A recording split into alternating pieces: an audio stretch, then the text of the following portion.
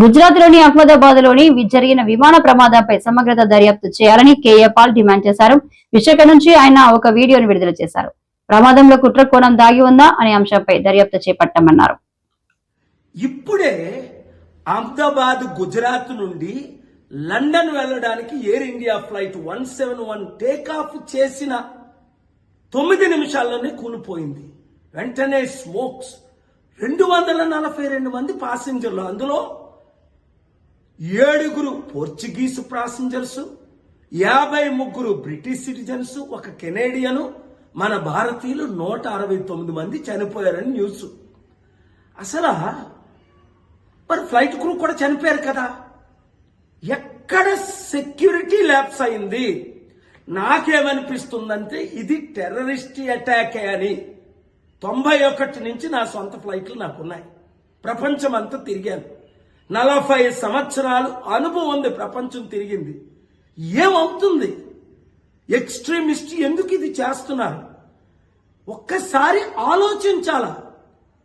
మనం ఏం చేసినప్పటికీ అవన్నీ పొలిటికల్ ఇన్వెస్టిగేషన్ చేయాలి, లీగల్ ఇన్వెస్టిగేషన్ చేయాలి, ఆల్ కైండ్ ఆఫ్ ఇన్వెస్టిగేషన్ చేసి తీరాలి, కల్ప్రిట్స్ ను పట్టుకోవాలి.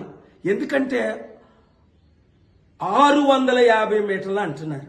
అంటే ఒకవేళ చెకింగ్ బ్యాగులు కాకుండా బ్యాగేజ్ ప్యాక్ చేసి పంపిస్తారే ముందే, చెక్డ్ బ్యాగేజెస్ అని, అందులో ఏమైనా బాంబులు పెట్టి 500-600 మీటర్లకు వెళ్ళగానే ఇక్కడ ఏమైనా రిమోట్ కంట్రోల్తో నొక్కారా?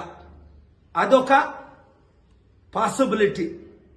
లేదా ప్యాసింజరే రిమోట్ కంట్రోల్ పెట్టుకొని లోపలికి ప్రయాణం చేశాడా?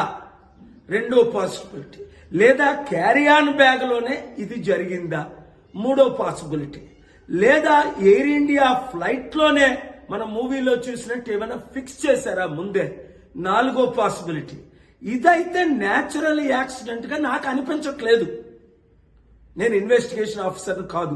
ఇన్వెస్టిగేట్ ప్రాపర్ గా చేసి న్యాయం చేయకపోతే మన ఎయిర్ ఇండియాయే కాదు, ఇండియన్ ఇమేజే ఇది గ్లోబల్ గా ఇంపాక్ట్ అవుతుంది గనక చాలా చెడ్డ పేరు వస్తుంది. మళ్ళా టూరిస్టులు మన దేశానికే రావడానికి వెనకంజ వేస్తారు, తద్వారా లక్షల కోట్లు దేశానికి లాస్. అందుకే నేను ఇచ్చిన సలహాలు తీసుకుంటే ప్రపంచం అంతా తీసుకుంటారు, మన దేశస్తులు తీసుకోరు. ఇవన్నీ జరగకుండా ఉండాలి అంటే ఏం చేయాలో? ప్రపంచంలో నాకున్న అనుభవం ఇంకొకరికి లేదు కదా, నా అనుభవాన్ని ఎందుకు షేర్ చేసుకోకూడదు? అందుకనే ప్రపంచ శాంతి సభలు మన మే 24ని సికింద్రాబాద్లో, లాస్ట్ వీక్ అమెరికాలో, అంతకుముందు వీక్ టర్కీలో ఎందుకు పెడుతున్నాను? శాంతి ఉంటేనే సమాజానికి క్షేమం, అభివృద్ధి. ఈ వీడియో ప్రతి ఒక్కరికి షేర్ చేయండి. శాంతిగా బ్రతుకుదాం. హిందూ, ముస్లిం, క్రిస్టియన్ ఈ కల్లోల గొడవలు మనకొద్దు. మనం అందరం భారతీయులు, వరల్డ్ సిటిజన్స్ అందరూ. Let us live in peace. Thank you very much.